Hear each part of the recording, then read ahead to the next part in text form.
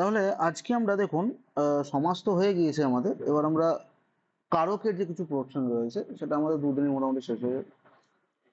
এরপর হচ্ছে কিছু বাকি থাকবে যেগুলো গ্রামারে, সেগুলো তো চলছে। মানে সেগুলো আর অনলাইন ক্লাসে খুব কম কম টাইমই লাগবে আমাদের, কিন্তু দুটো যে মুখ্য বিষয় সেটাই আর কি ছিল।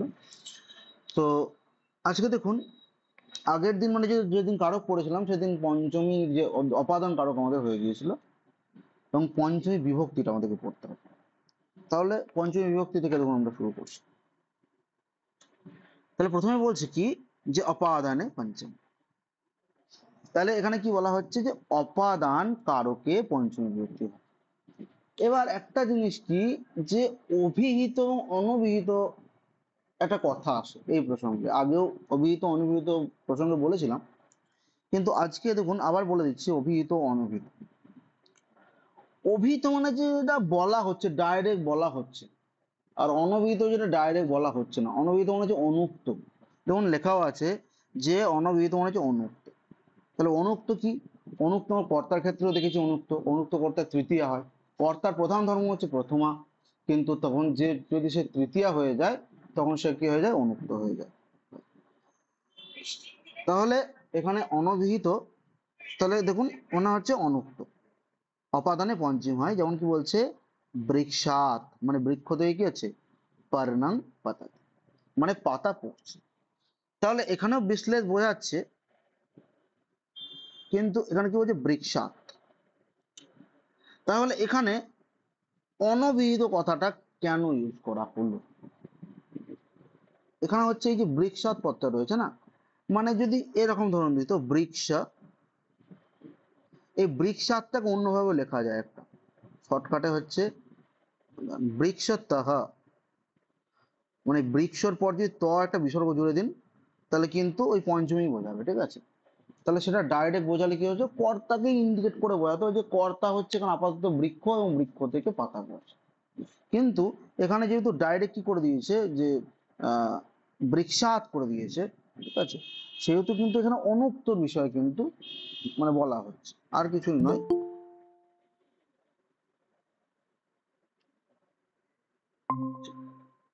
তাহলে দেখুন, এই যে অপাদানে পঞ্চম এমন কিছু নেই, মানে বললাম কি, জাস্ট বলবেন যে যেখানে কি হচ্ছে অনভিহিত সূত্রের অধিকার হচ্ছে, সেখানে কি হচ্ছে এটা দাঁড়াচ্ছে।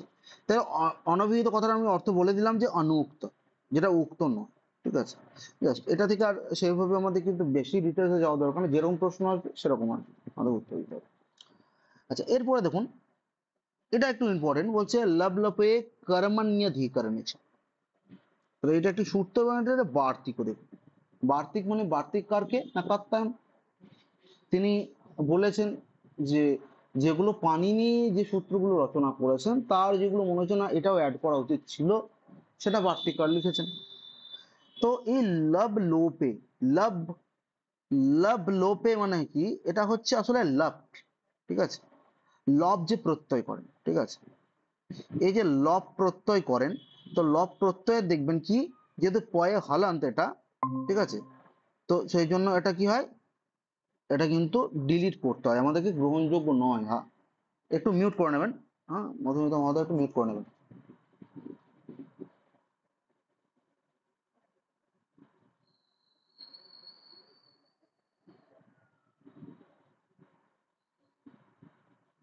মধুমিতা মহোদয় আপনি একটু মিউট করে নেবেন। হ্যাঁ, আপনি একটু মিউট করে নেবেন। হ্যাঁ, দেখুন এখানে,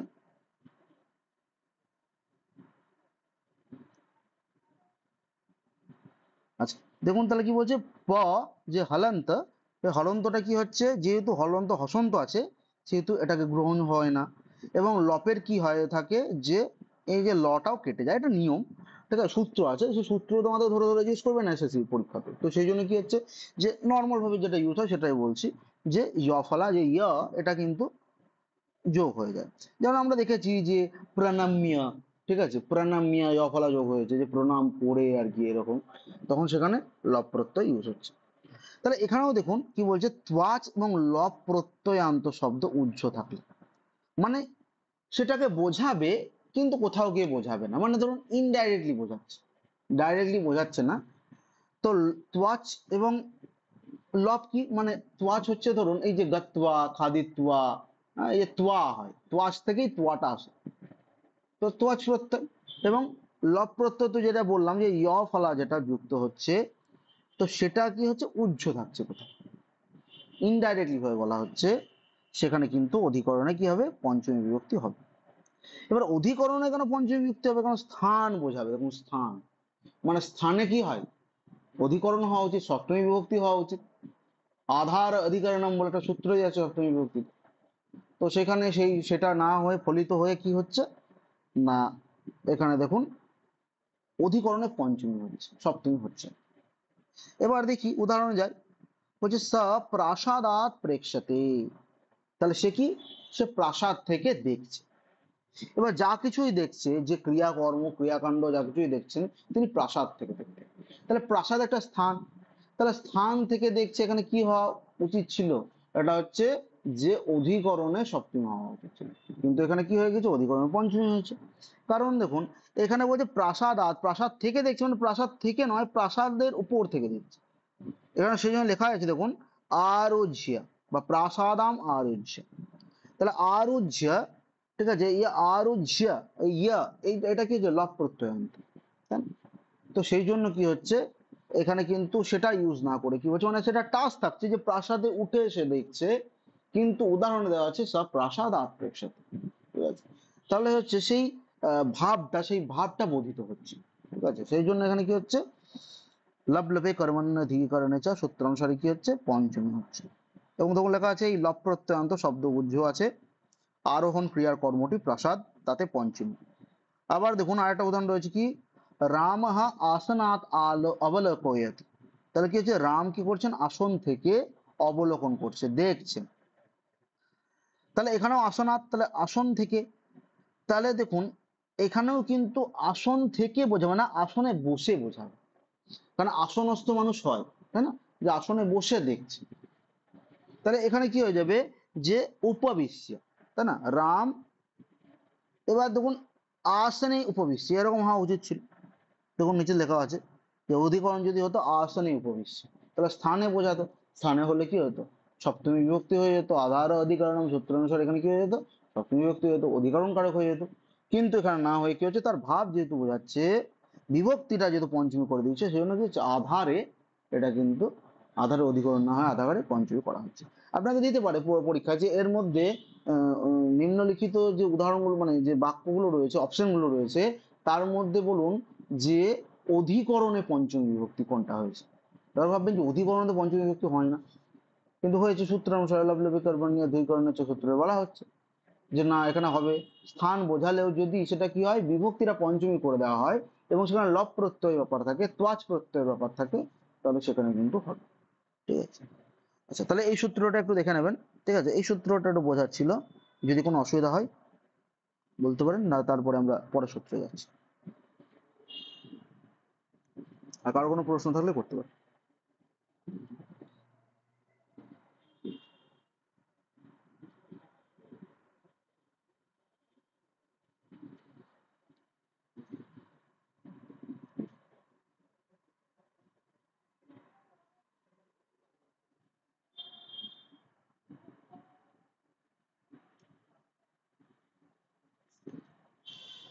আচ্ছা, এরপরে দেখুন বলা হচ্ছে গম্যমানাপি ক্রিয়া কারক বিভক্তি নাম নিমিত্তম। তাহলে এখানে কি বলছে, গম্যমান, গম্যমানাপি, তাহলে গম্যমান ওপি, এখানে বলছে গম্যমান কথার অর্থ কি, যে যা বলা হয়নি অথচ যা বোঝা যাচ্ছে, মানে যে ক্রিয়া উচ্চারিত না হলেও বোধগম্য হয়, তার যুগেও কারক বিভক্তি নির্দিষ্ট হয়েছে।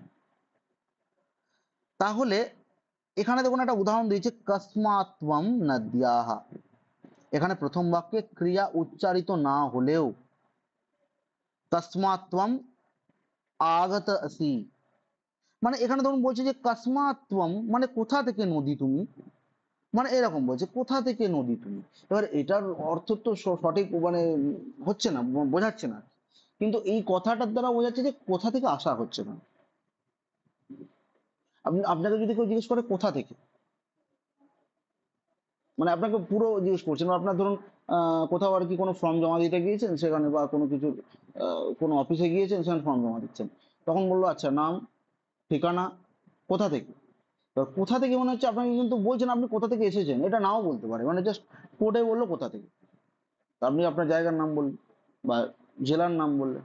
হ্যাঁ, তো এখানেও বলছে কি যে কসমাত্মম, এর দ্বারাই বোঝ হচ্ছে কি যে কোথা থেকে নদী তুমি, বা তোমার যে গতিপথটা তোমার কোথা থেকে আর কি।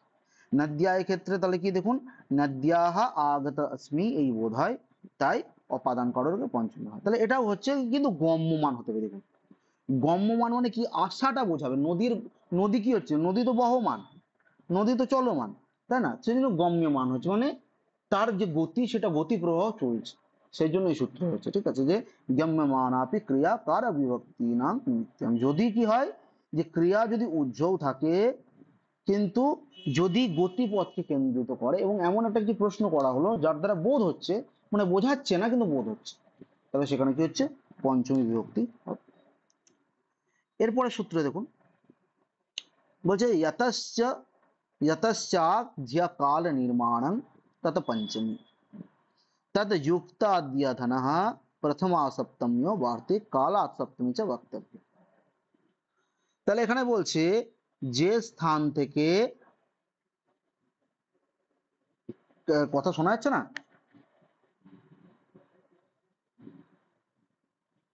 আচ্ছা, আচ্ছা মধুমিতা মহোদয় শোনা যাচ্ছে কি? যদি কাটা কাটা আসে বলবেন।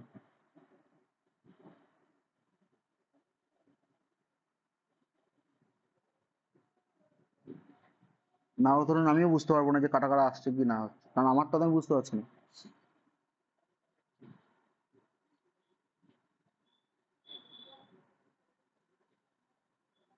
একটু জানাবেন, হ্যাঁ।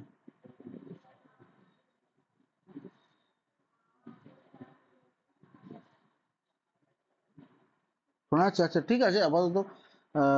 দেখুন নেটওয়ার্কটাও যে ঠিকঠাক আছে কিনা একটু দেখে নেবেন, হ্যাঁ। যে অনেক সময় কি হয় যে 5G থেকে যদি 4G হয়ে যায়, সেখানেও কিন্তু নেটওয়ার্ক একটু সমস্যা হতে পারে। আচ্ছা আমি একটু দেখুন ধীরে ধীরে বলছি। এখানে নেটওয়ার্ক প্রবলেম হচ্ছে না, আচ্ছা আচ্ছা ঠিক আছে দেখুন, একটু ধীরে ধীরে বলছি, একটু শুনুন, কারণ রেকর্ড তো পরে থাকবেই, সেখানে রেকর্ডে তো কোনো কাটা শুনতে হবে না, সেখানে স্পষ্ট শুনতে হবে।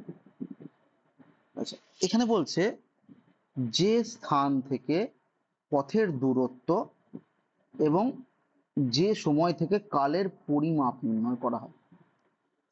এবার দেখুন এই যে কাল রয়েছে, তাহলে অধ্ব রয়েছে, অধ্ব রয়েছে মানে পথ রয়েছে।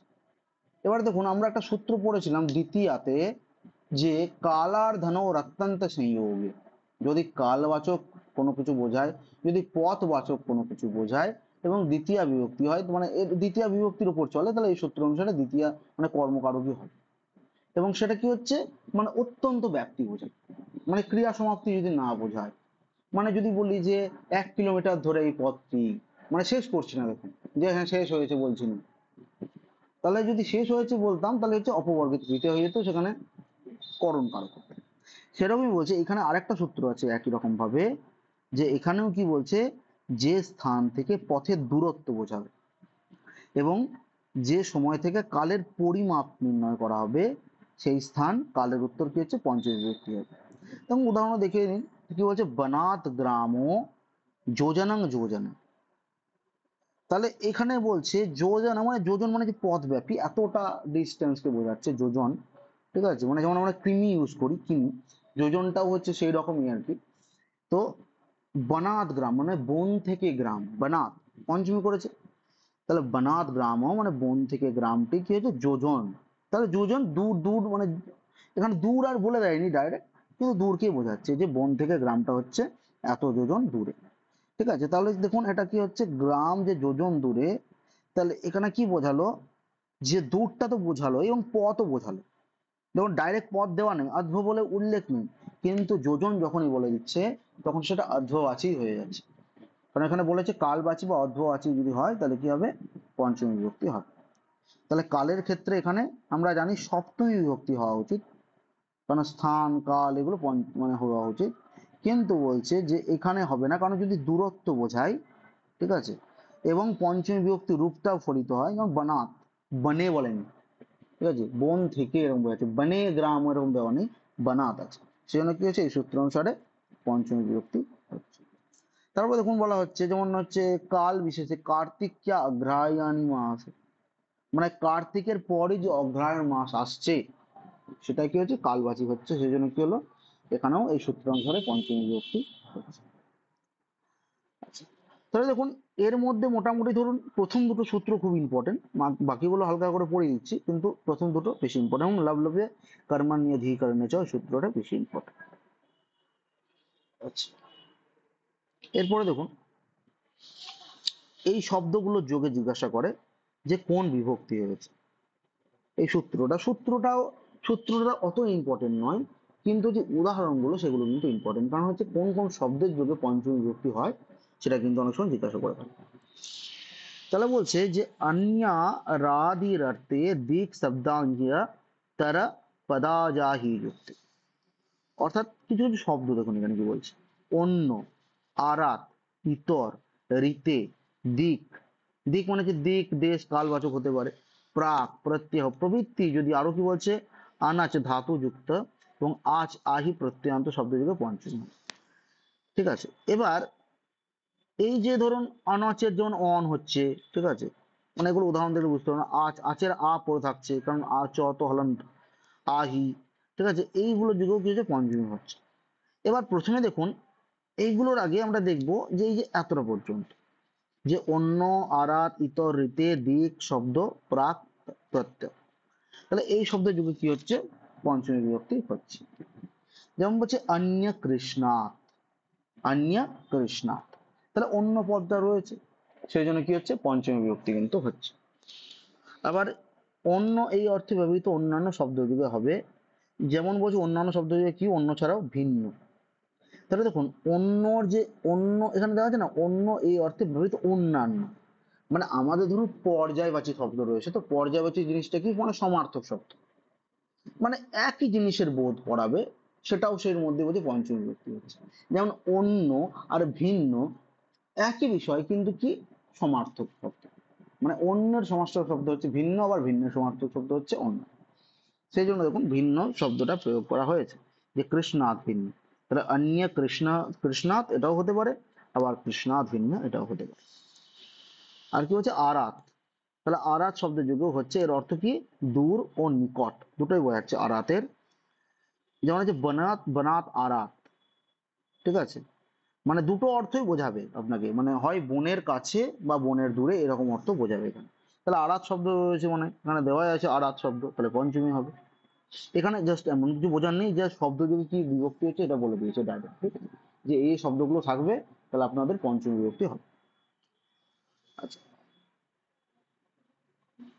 এবার দেখুন মনুষ্যাৎ ইতরাহা, তাহলে ইতর শব্দ রয়েছে উপরেই দেখুন, ইতর শব্দের অর্থ কিন্তু ভিন্ন, বাস, ঠিক আছে। এবার এই এই শব্দগুলো যোগেই কিন্তু জাস্ট দেখে যাবেন, আর কিচ্ছুর দরকার নেই, এখানে ডিটেলিং অনেক কিছু রয়েছে, কিন্তু আমরা উদাহরণ ছাড়া এখানে কিচ্ছু দেখবো না, কারণ উদাহরণ ছাড়া এখানে কোনো কিছু আসবেও না।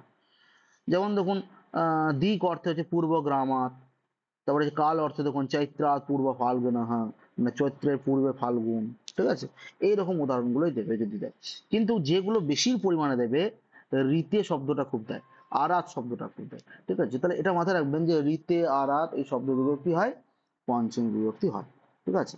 এবং এখানে দেখুন যে যে শব্দগুলো রয়েছে এইখান থেকে অন্তত অন্য থেকে প্রত্যেক পর্যন্ত, এইগুলো আপনাদেরকে একটু পুরোটা দেখতে হবে, ঠিক আছে, বাকিগুলো যদি নাও দেখেন, কারণ বাকি থেকে অত অত গহনে আসবে না, ঠিক আছে, কারণ খুব যে ইম্পর্টেন্ট সূত্র সেটা নয়, কিন্তু ঋতে আরাত শব্দটা তুলে খুব দেয় এটা প্রশ্ন, ঠিক আছে, সেই জন্য আমি বলে রাখলাম যে এটা একটু দেখে রাখো।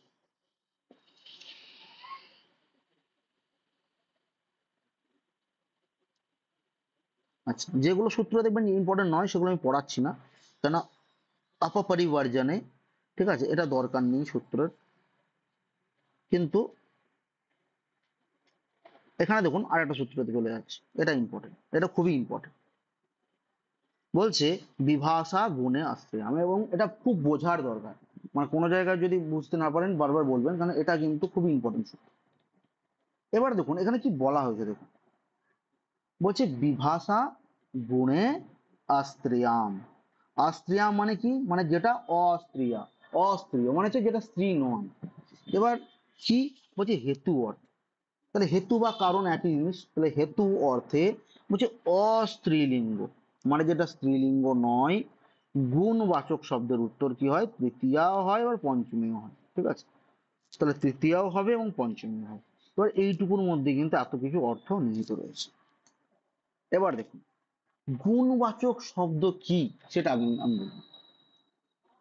গুণবাচক শব্দ হচ্ছে যে যে শব্দ কোনো ব্যক্তি বা বস্তুর গুণ, ধর্ম, অবস্থা বা স্বভাবকে বোঝায়। এটা আপনারা নিজেরাও জানেন যে বিশেষণ যেটাকে আমরা বলি যে গুণ, তাই না? যে কোনো বিষয়ের মানে কার খারাপ গুণ হতে পারে, তার ভালো গুণ হতে পারে, তার ভালো অভ্যাসটাকে বোঝাচ্ছে, তার ধর্মকে বোঝাচ্ছে, তাই না, তার স্বভাবকে বোঝাচ্ছে, ঠিক আছে। তাহলে এইগুলো হচ্ছে কিন্তু গুণ। এবার হচ্ছে এখানে দেখুন উদাহরণ থেকে বিষয়টা বুঝুন। এখানে একটা শব্দ রয়েছে জাড্য, মানে দেখে না স্যার জাড্যা, জাড্য শব্দ, ঠিক আছে। এবার জাড্য শব্দের অর্থ কি, এর হচ্ছে জড়তা বা মানসিক অবস্থা বা শারীরিক অবস্থা বোঝাচ্ছে। মানে এখানে সেই ব্যক্তির যে মানসিক অবস্থা বা শারীরিক অবস্থা এটাকেই বোঝাচ্ছে। এবার দেখুন আমরা কি বললাম, যে জড়তা, জাড্য মানে হচ্ছে জড়তা বা মানসিক বা শারীরিক অবস্থাকে বোঝাচ্ছে। তাহলে এই যে গুণবাচক বিষয়টা, তাহলে জাড্য শব্দ কি শব্দ, না জাড্য শব্দ কিন্তু নপুংসক মানে ক্লিবলিঙ্গ শব্দ, ঠিক আছে। কারণ এটা, এবার দেখুন যে ক্লিবলিঙ্গ, এবার আপনাদের মনে হবে যে ক্লিবলিঙ্গ শব্দ কিভাবে বোঝা গেল বা নপুংসক কিভাবে হলো। এবার সেটা তো প্রচুর ধরুন অনেক সূত্র আছে, যেগুলো হচ্ছে প্রচুর উদাহরণও সেখানে দেওয়া থাকে যে এই শব্দগুলোকে ক্লিবলিঙ্গ হিসেবে রূপান্তরিত করা হয়, এই শব্দগুলোকে পুংলিঙ্গ করা হয়। যেগুলো আমরা উপর উপর দেখি খুব কম মনে, সেগুলো ঠিক আছে, কিন্তু মানে শব্দের অন্ত নেই। মানে এটা যত আপনার কি ভোকাবুলারি বিষয়, আপনি যত পড়বেন যত জানবেন তত ভাববেন যে আচ্ছা এই শব্দটা এই শব্দের মতো হবে, ঠিক আছে, মানে নপুংসক। তো এটা এখন শুনে রাখুন, এটা জেনে রাখুন যে জাড্য যে শব্দটা সেটা হচ্ছে নপুংসক লিঙ্গ, ঠিক আছে। এবার এটার আমি অর্থ বলে দিলাম যে এটা শারীরিক অবস্থা বা মানসিক অবস্থাকে বোঝাচ্ছে। এবার একটা জিনিস দেখুন, যে মানুষের যে বুদ্ধি, ঠিক আছে, মানুষের যে বুদ্ধি সেটা হচ্ছে তার একটা মানসিক গুণ, আবার ধৈর্যও হচ্ছে তার মানসিক গুণ, আবার শৌর্য। এগুলো কেন বলছি, কারণ এগুলো তো কাজে লাগবে। ধরুন তিনটে শব্দ মাথায় রাখুন, বুদ্ধি, ধৈর্য এবং শৌর্য। তাহলে যে বুদ্ধি হচ্ছে কি মানসিক গুণ, ধৈর্যও হচ্ছে মানসিক গুণ, এবং শৌর্য হচ্ছে বীরত্ব স্বভাবের গুণ, তাই না? মানে শৌর্য মানে শৌর্যশালী, মানে সে হয়তো যুদ্ধে শৌর্যশালী, মানে সে হচ্ছে যুদ্ধে জয়লাভ করেছে, তাকে কি হচ্ছে ক্ষমতার দ্বারা বোঝাচ্ছে, বীরত্বের দ্বারা বোঝাচ্ছে। তাহলে কি হচ্ছে, সেটা হচ্ছে শৌর্য। তাহলে এইগুলোর দ্বারা ধরুন, এইগুলোর দ্বারাই যে ধরুন বুদ্ধি বলুন, ধৈর্য বলুন বা শৌর্য বলুন, মানে এইগুলোর দ্বারা যদি কোনো বস্তুর ভিতরের ধর্ম বা অভ্যন্তরীণ যে স্বভাব বা সেটাকে বোঝায়, তাহলে হচ্ছে সেগুলো হচ্ছে গুণবাচক। সেটা কি বলছে, গুণবাচক, ঠিক আছে। তাহলে দেখুন বারবার আমি বলছি গুণবাচক কোনটা, তাহলে যেটা হচ্ছে যে মানুষের বা ব্যক্তিত্বের কি হচ্ছে অভ্যন্তরীণ ভিতরকার যে স্বভাব বা অবস্থা, ধর্ম যা বোঝাবে সেটা হচ্ছে গুণবাচক। তাহলে বুদ্ধিমত্তা যদি বলি তার একটা গুণবাচক বোঝাচ্ছে, সৌর্য মানে তার ভিতরে মানে বোঝাচ্ছে, একটা ব্যক্তি বলছি তার মধ্যে কতটা বীরত্ব রয়েছে, তাহলে সেটা তো তার গুণ দিয়ে বোঝাচ্ছে। না, তার তার যে ক্ষমতা, তার যে সক্ষমতা, তার ধৈর্য, তাহলে ধৈর্য একটা ব্যক্তি ধরুন আমরা কি হয় যে সবাই গিয়ে ব্যাংকের লাইনে ধরুন কেউ দাঁড়িয়ে আছে, এবার ব্যাংকের লাইনে দাঁড়িয়ে থাকা সবার পক্ষে মানে একদম কন্টিনিউ ভাবে দাঁড়িয়ে আছে তার পক্ষে সম্ভব না, কিন্তু যখন ওই কন্টিনিউ দাঁড়িয়ে আছে সে, মানে তার মধ্যে ধৈর্য রয়েছে বলে কিছু বলছে না, সে বিরক্ত হচ্ছে না, তাই না, তার মানে তার মধ্যে ধৈর্য আছে, তাহলে তার মধ্যেই যেহেতু রয়েছে সেটাও একটা গুণ। এবার দেখুন এতগুলো বললাম কারণ হচ্ছে এবার একটা উদাহরণ আমরা পাবো, সেটাই বোঝার বিষয়, ঠিক আছে। যেমন এখানে রয়েছে দেখুন ধূমাত অগ্নিমান। এবার এখানে দেখুন দেখা আছে এক্ষেত্রে ধূমাত পঞ্চমী হলো কিভাবে, এবং ধূম তো গুণবাচক শব্দ নয়, এখানে হচ্ছে বোঝার বিষয়। তাহলে ধূম মানে যে শব্দ, এটা কেন গুণবাচক নয়, ঠিক আছে।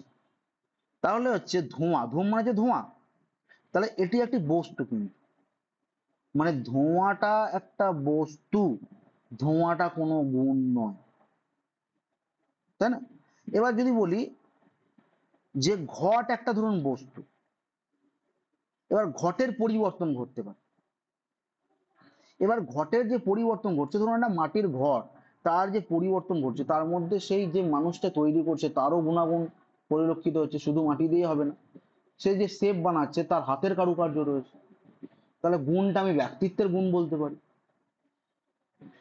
এবার ধরুন, আবার ধরুন যদি বলি যে একটা বই, তাহলে বইকে বলবো একটা পদার্থ।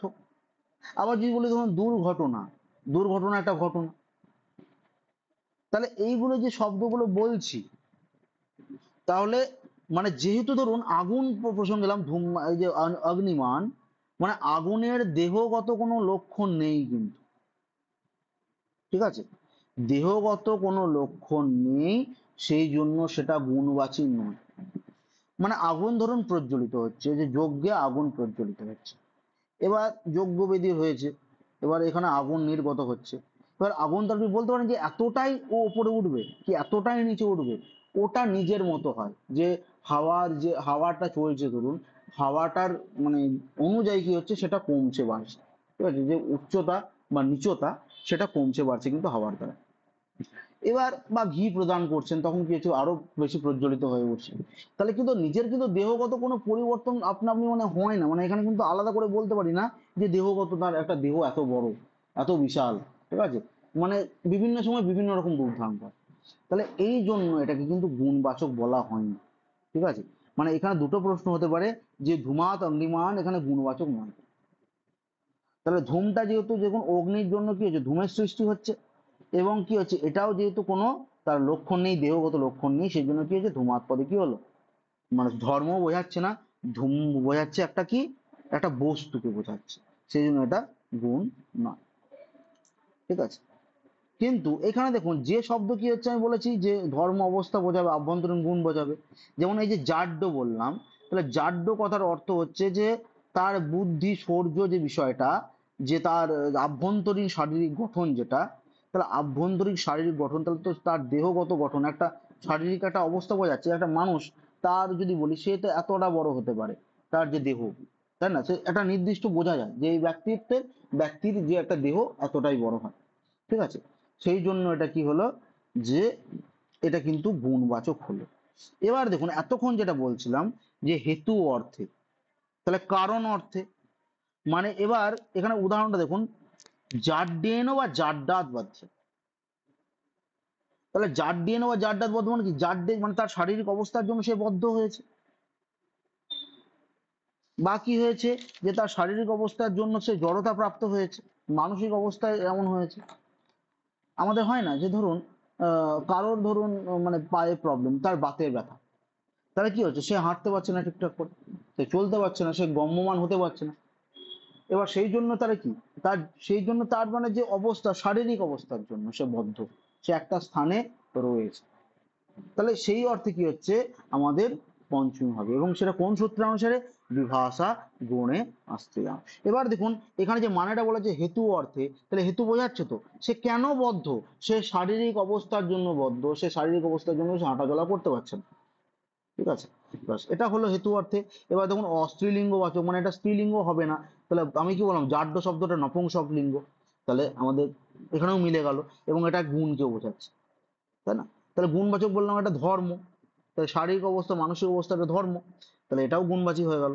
তাহলে কি হলো তিনটেই মিলে গেল, দেখুন যে হেতু অর্থে অস্ত্রীলিঙ্গ গুণবাচক উত্তর, তৃতীয়াও হচ্ছে বা পঞ্চমী হচ্ছে, ঠিক আছে, দুটোই হয় কিন্তু, হ্যাঁ। তাহলে এটা একটু দেখে নিন, ঠিক আছে, মানে এইটুকু দেখবেন, পরের যে পোর্শন গুলো রয়েছে সেগুলো এইগুলোই ভেঙে একটু জটিলতর ভাবে বোঝানো হয়েছে, আর কিছু নয়। কিন্তু আমি সহজভাবে বলার চেষ্টা করলাম, দেখুন এইটুকু পোর্শন, ওটাই নিচে আর কি ডিটেলস করা আছে।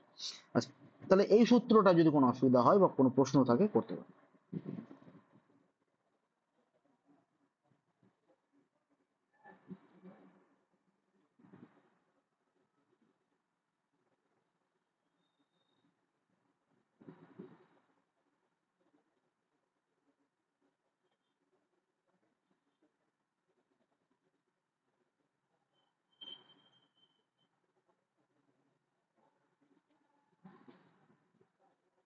আর মাঝে মধ্যে যদি ধরুন কোনো কোনো কথা কেটে গিয়ে থাকে, তাহলে সেটা হয়তো পরেও শুনে নেবেন, যে এখনই যে সমস্যা হবে সেটা নয়, আপনি পরে পরে ভিডিওটা দেখলেন হয়তো পোর্শনটাতে কোনো জায়গায় অসুবিধা হলো তখন কিন্তু মানে তৎক্ষণাৎ নক করবেন, পার্সোনাল আর কি এসএমএস করতে পারেন, যে যদি কোনো অসুবিধা হয় তাহলে সেটাও আমি বলবো।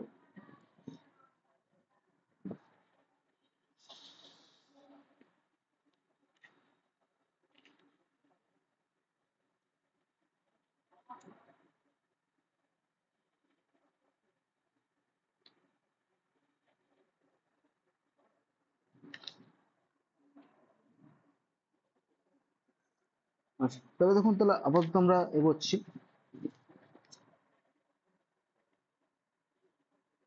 এবার দেখুন, এখানে কি বলছে, এই পরের সূত্রগুলো খুবই সহজ, জাস্ট উপর উপর দেখতে হবে। দেখুন আমাদেরকে বলছে পৃথক বিনা নানাভিস তৃতীয়া অন্যতরস্য।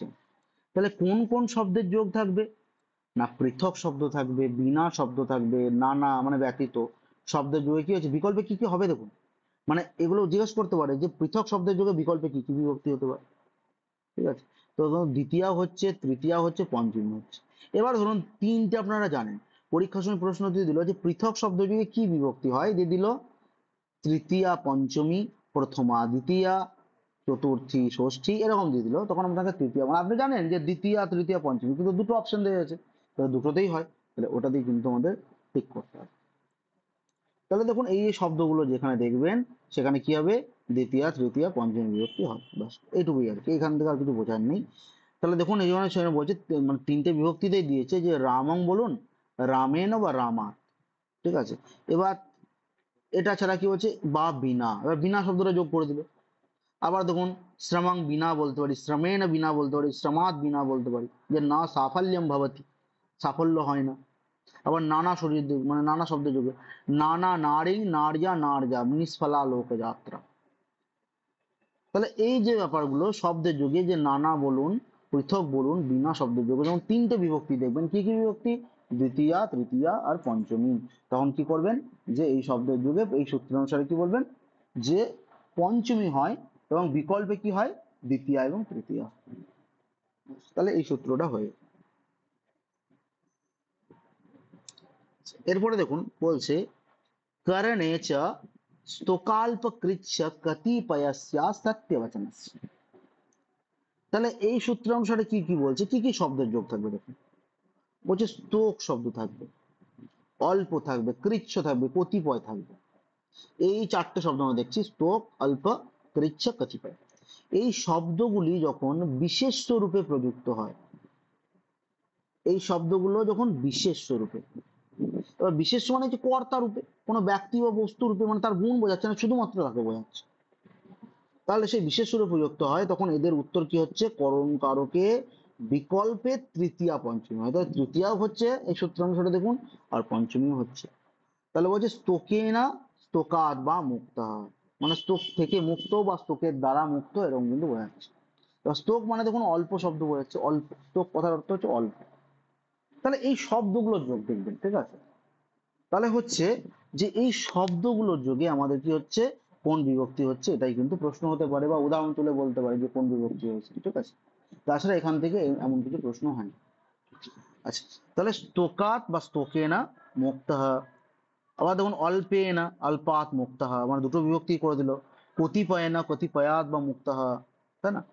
অসত্য বচন, যা কোনো দ্রব্যের বিশেষণ নয়, তাহলে দেখুন বিশেষণ বোঝাচ্ছে না, মানে অল্পর জন্য মুক্ত আর কি, অল্প থেকে মুক্ত, তাহলে কোনো বিশেষণ বোঝাচ্ছে না এখানে, তাই না। অল্পেন অল্পাৎ মুক্ত, অল্প থেকে মুক্ত, কতিপয়েন কতিপয়াৎ মানে কিছুর জন্য মুক্ত, মুক্ত হয়েছে আর কি, তাহলে এখানে কিন্তু বিশেষণ বা গুণ বোঝাচ্ছে না, ঠিক আছে, ডাইরেক্ট বিশেষ্য বোঝাচ্ছে, মানে এখানে ডাইরেক্ট কর্তা করে দিচ্ছে আর কি, ঠিক আছে।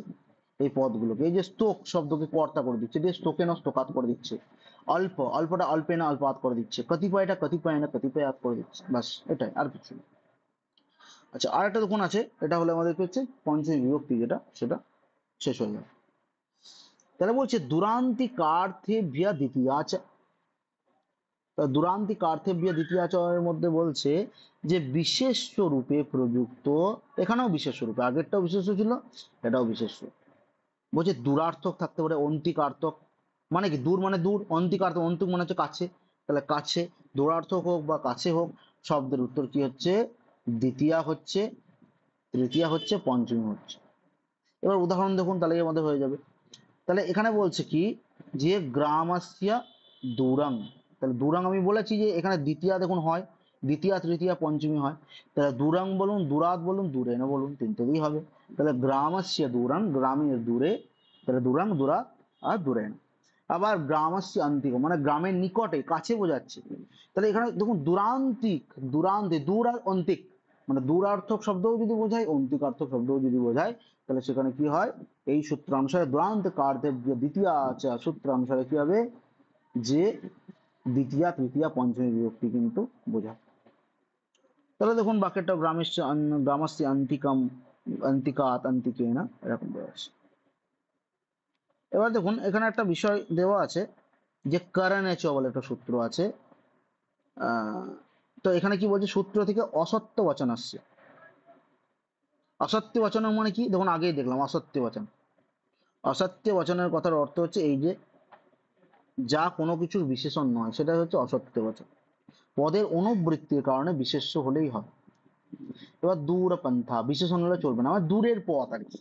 ঠিক আছে, তাহলে এখানে দেখুন, এখানে আমি বোঝানোর জন্য বলছি না, জাস্ট এখানে করণাচ বলে সূত্র দেবেও না, উপরটাই দেবে।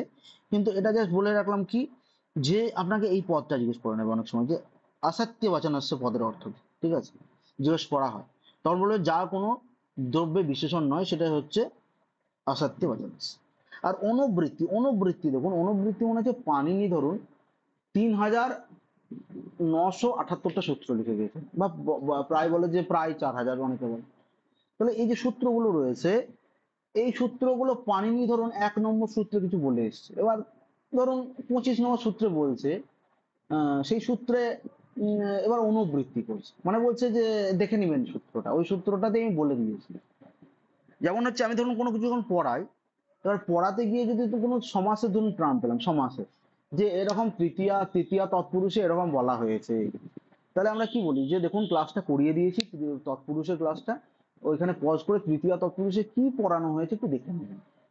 তো এটাই হচ্ছে অনুবৃত্তি। আর অনুবৃত্তি হচ্ছে পূর্বের যেটা করিয়েছি সেটা যদি পরে ফলিত হয়, তাহলে সেটা পানিও বলছে যে দেখে নেবেন আমার সূত্র থেকে। ঠিক আছে, তাহলে এটাই বলছে। আর দেখুন আর একটা সূত্র বলছে সপ্তমী অধিকরণে চ, এটা তো সপ্তম সূত্র হয়ে গেল। তাহলে সূত্রে অনুবর্তন করায় বিধায় অধিকরণ অর্থে উক্ত বিভক্তি সমূহ, এখানেও দূরাত দূরস্থ অধিকরণে আবাসস্য দূরে। এবার এখানে এখানে কি মাথায় রাখবেন, এখানে এগুলো মাথায় রাখার দরকার নেই। ঠিক আছে, এখানে জাস্ট উদাহরণটা মনে রাখবেন। কেন উদাহরণটা বললাম, কারণ হচ্ছে এই দুটো এই উদাহরণটা একবার তুলে দিয়েছিল, দেখেছিলাম যে আবাসস্য দূরে, তাহলে এটা কি হবে, কোন বিভক্তি যুক্ত হবে, তাহলে কিন্তু আপনাকে বলতে হবে এটা সপ্তমী অধিকরণে চ সূত্র অনুসারে কিন্তু অধিকরণ, মানে প্রযুক্ত হবে, অধিকরণ প্রযুক্ত হবে, এরকম লিখতে হবে। ঠিক আছে, তখন কিন্তু পঞ্চমী হবে না। তাহলে জাস্ট উদাহরণটা মনে রাখবেন। ঠিক আছে, এই উদাহরণটা। আর এইগুলো এইগুলো তো দেখছেন, এগুলো তো ডাইরেক্ট দেওয়া আছে। ঠিক আছে, দেশ দূরান্ত কার্তে বুঝে যা, দূর এবং অন্তিকর শব্দ জুড়ে গেছে, পঞ্চমী হচ্ছে, আর এটা হচ্ছে তার ব্যতিক্রম। ঠিক আছে, আচ্ছা এবার এই সূত্রটা পৃথক, মানে 9, 10, 11, কোনো প্রশ্ন থাকলে করতে পারেন।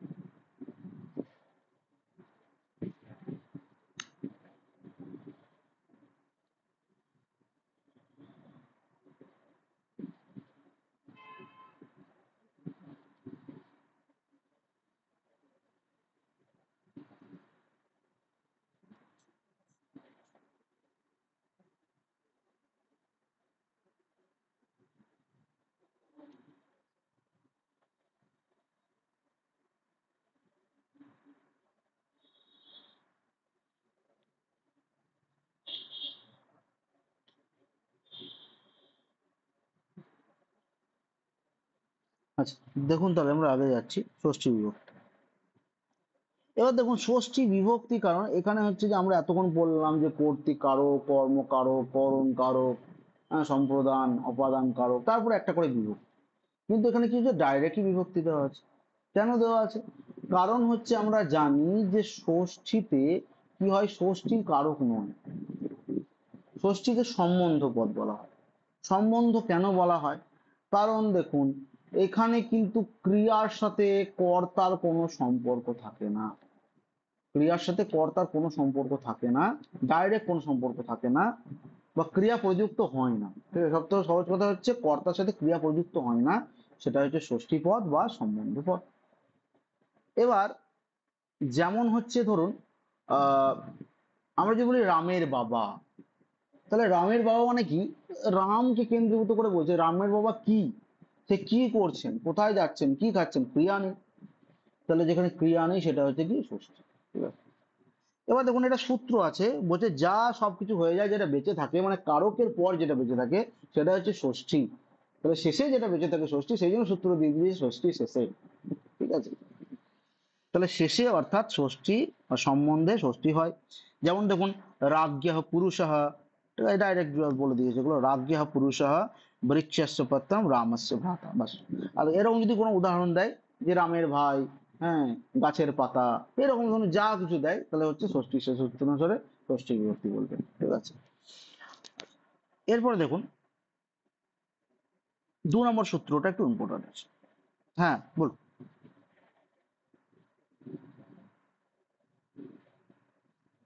হুম।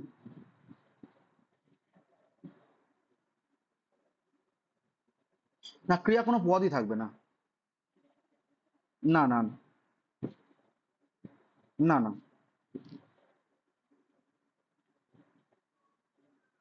হ্যাঁ হ্যাঁ, মানে যাকেই বোঝাক মানে তার সঙ্গে সম্বন্ধ বোঝাবে।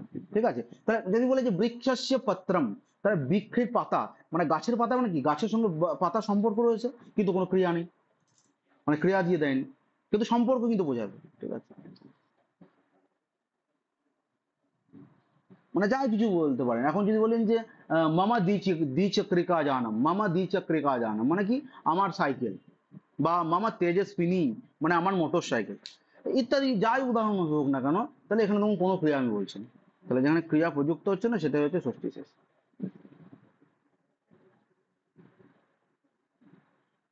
এবার এটার সঙ্গে কিছু কিছু কি হবে, ট্রাম যুক্ত হয়ে যাবে, যার ফলে হচ্ছে সূত্র হয়ে যাবে কিছু কিছু। ঠিক আছে, তো সেই সূত্রগুলোই দেখুন এবার আমরা পড়ব।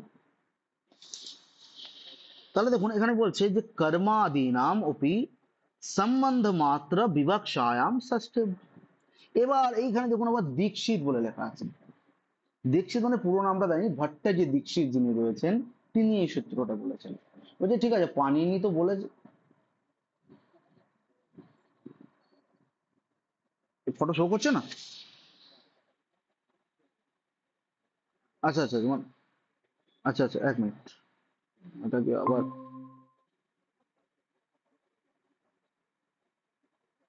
এটা কাটছি আবার, আবার দেখুন লিখছি।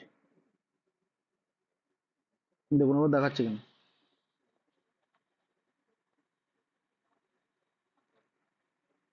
এখনো দেখাচ্ছে না? আর দেখানো তো উচিত এবার। আচ্ছা 1 মিনিট দাঁড়ান।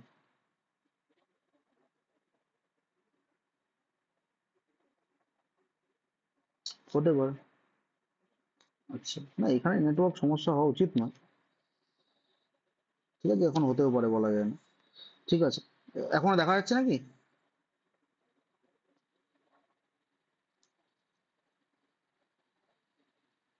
আরে বাবা, দাঁড়ান একটু দাঁড়ান।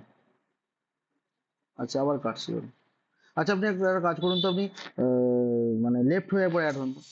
আবার লেফট হয়ে যান।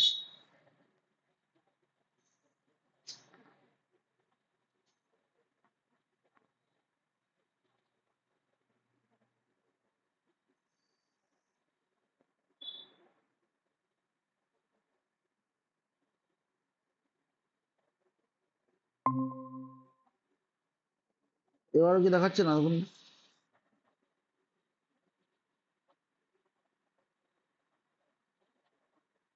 এখনো দেখা, এ বাবা, এটা তো হওয়া উচিত না। দাঁড়ান একটু, না দেখতে পেলে তো সমস্যা। আচ্ছা, তাহলে আজকে একটু ডিস্টার্ব করছে মনে হচ্ছে।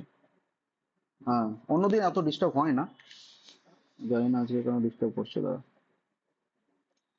আচ্ছা একটু দাঁড়ান, আমি একবার লেফট হয়ে আমি একবার অ্যাড হয়ে যেতাম।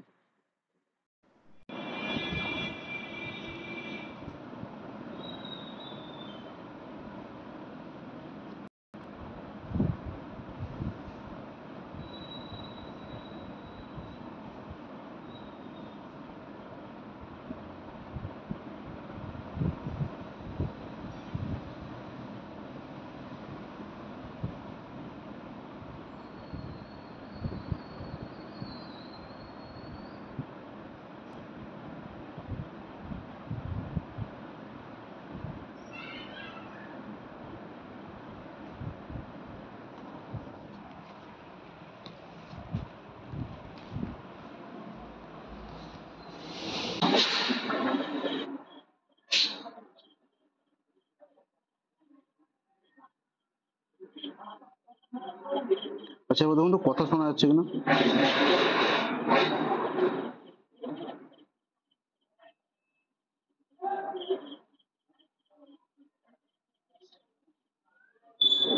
কথা শোনা যাচ্ছে কিনা, স্ক্রিনটা দেখা যাচ্ছে কিনা বলবে না।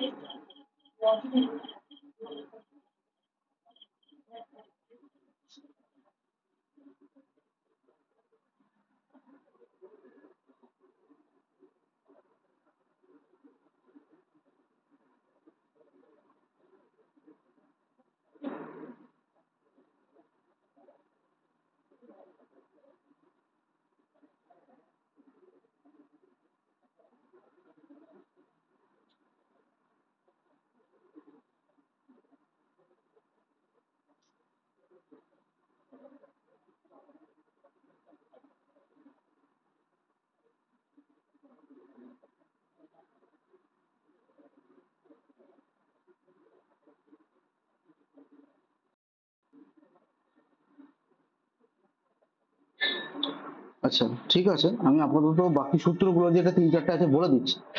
যদি নেটওয়ার্কের কোনো সমস্যা হয়, ঠিক আছে, মানে একবার বাকি সূত্রগুলো দেখে নেবেন, ঠিক আছে, আমি আপলোড করে দেবো, তবে একটু দেখে নেবেন।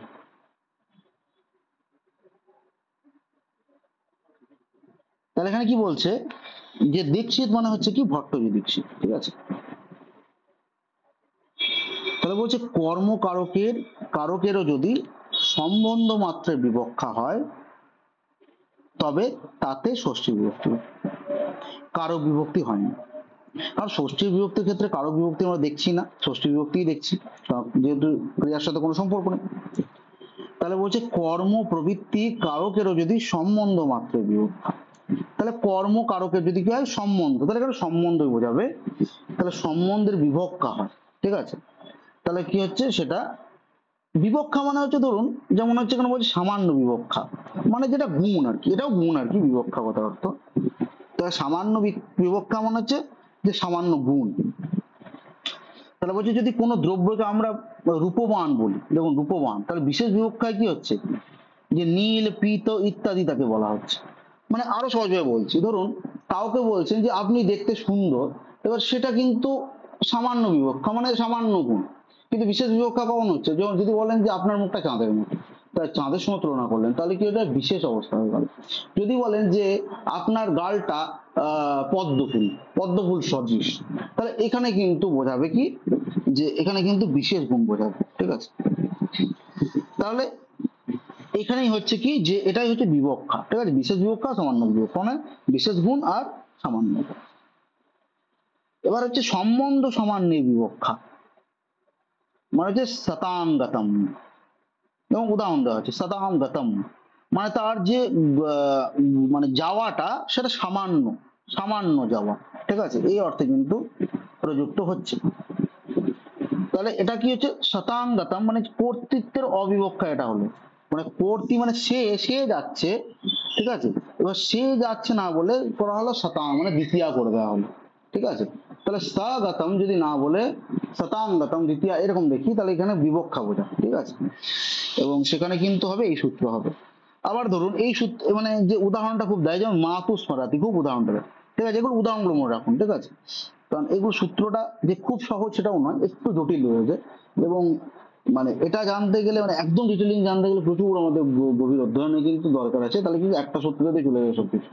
তো জাস্ট উদাহরণগুলো মনে রাখুন যে মাতু স্মরাতি মানে মা স্মরণ করছে, মানে যেখানে দেখুন কর্তা ডাইরেক্ট বলা উচিত ছিল যে মাতা স্মরাতি, কিন্তু ষষ্ঠী করে দিল এখানে যে মাতু হু স্মরাতি, তাহলে যেখানে কর্তা বিভক্ত হবে, কর্তাকে অন্য পদে ট্রান্সফার করা হবে মানে অন্য বিভক্তিতে, সেটা কিন্তু আমাদের কর্মাদিনাম অপি এই সূত্রাংশটা হবে। সেই জন্য দেখুন এটা এইভাবে জাস্ট মনে রাখুন। তাহলে মাতরং স্মরতি মানে এখানে কি মাতু স্মরতি মাতরং স্মরতি মানে মানে ষষ্ঠীও করা হলো আবার দ্বিতীয় করা। অনুরূপ ভাবে কি বলছে করণত্বের অববক্ষায় মানে করণের ইয়েতেও কি হয় সম্বন্ধ সামান্য বিবক্ষা হয়। তাহলে ফলানাম তৃপ্ত, ঠিক আছে, মানে ফলের ফলগুলির দ্বারা তৃপ্ত আর কি। তাহলে এখানে কি হয়েছে ষষ্ঠী বিভক্তি করা হয়েছে। তাহলে জাস্ট এখানে মানে ফলের দ্বারা তৃপ্ত এরকম হওয়া উচিত ছিল, ফলের দ্বারা তৃপ্ত, কিন্তু সেটা না হয়ে কি হচ্ছে, সে কিন্তু বিবক্ষা বোঝাচ্ছে, মানে অন্য বিভক্তি বোঝাচ্ছে, সেই জন্য কিন্তু এটা কি হলো, এই সূত্র অনুসারে ষষ্ঠী হলো। তাহলে এখানে জাস্ট উদাহরণ মনে রাখবেন যে কোনটা কোনটা ইম্পর্টেন্ট, মাতস পড়াতে ফলানাম কৃত্য, এই দুটো উদাহরণ কিন্তু পরীক্ষায় বেশি পরিমাণে দেয়, ঠিক আছে। আচ্ছা, এরপরে দেখুন ষষ্ঠী হেতু প্রয়োগ, মানে বলতে পারে যে হেতু অর্থে ষষ্ঠীর একটা উদাহরণ দিন, ঠিক আছে। তাহলে সেখানে কিন্তু এই যে উদাহরণটা দিতে হবে, অন্যস্য হেতু বসতে। তাহলে এখানে কি বলছে, হেতু শব্দের প্রয়োগ থাকলে এবং কার্য কারণ ভাব গম্য হলে, মানে কার্যের সাথে কি হবে, কারণটা বোঝাবে, তখন কি হচ্ছে হেতুবোধক শব্দ উত্তর, মানে হেতুবোধক শব্দ কি হচ্ছে, ষষ্ঠী বিভক্তি হচ্ছে। যেমন ধরুন অন্যস্য হেতোঃ বলা হয়েছে, ঠিক আছে। তাহলে অন্যের জন্য, মানে অন্যের জন্য বাস করছে, তাহলে কার্য কারণ সম্পর্ক বোঝাচ্ছে তো। তাহলে কার্য তখন করছে কি, বাস করা, এবং কারণটা কি, অন্যের জন্য। আমি যদি বলি যে আমি কোথাও যাচ্ছি, ধরুন কেউ বলছে যে একজন কৃষক যাচ্ছে মাঠে ফসল কাটতে, তাহলে কৃষক যে যাচ্ছে সেটা কি, মাঠে ফসল কাটতে, এবার ফসল কাটাটা তার কারণ, আর যাওয়াটা কি, গম্যমানটা হচ্ছে তার কি, তার কার্য।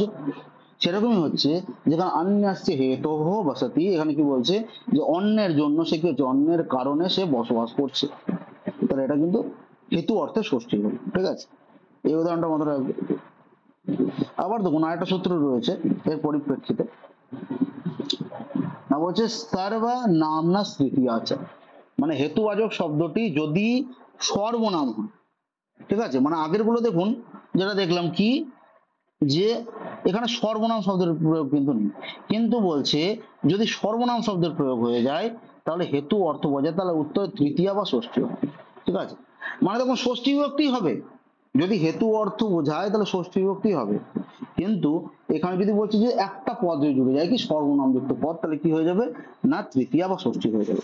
তাহলে বলছে কে না হেতু না বসতি, কস্য হেতু বসতি, মানে কার দ্বারা, কি হেতুর জন্য বাস করছে, কার হেতুর জন্য বাস করছে, তাহলে কেন পদটা যে ক শব্দ, হ্যাঁ, মানে এই যে কা কো কা কম কো কান, এইগুলো সর্বনামযুক্ত শব্দ, তাহলে এই জন্য এখানে কি হয়ে গেল, যে এই এই উদাহরণটা ফলিত হলো, কারণ সেখানে ডাইরেক্ট ষষ্ঠী হলো না, ঠিক আছে, কারণ তৃতীয়া বা ষষ্ঠী হলো।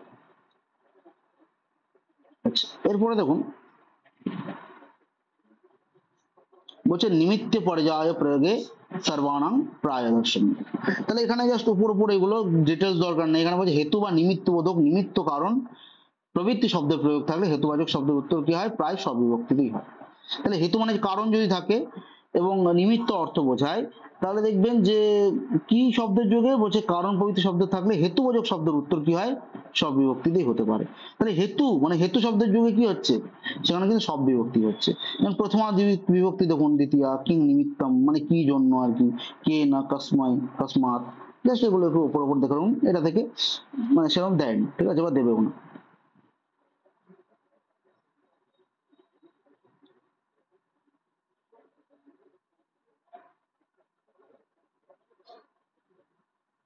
আচ্ছা, এরপরে দেখুন যেটা ইম্পর্টেন্ট সূত্র, উপরটা দরকার নেই এতটা, এই সূত্রটা দেখুন, এনোপা দ্বিতীয়া, ঠিক আছে, এনোপা দ্বিতীয়াটা দিতে পারে, না হচ্ছে এনপ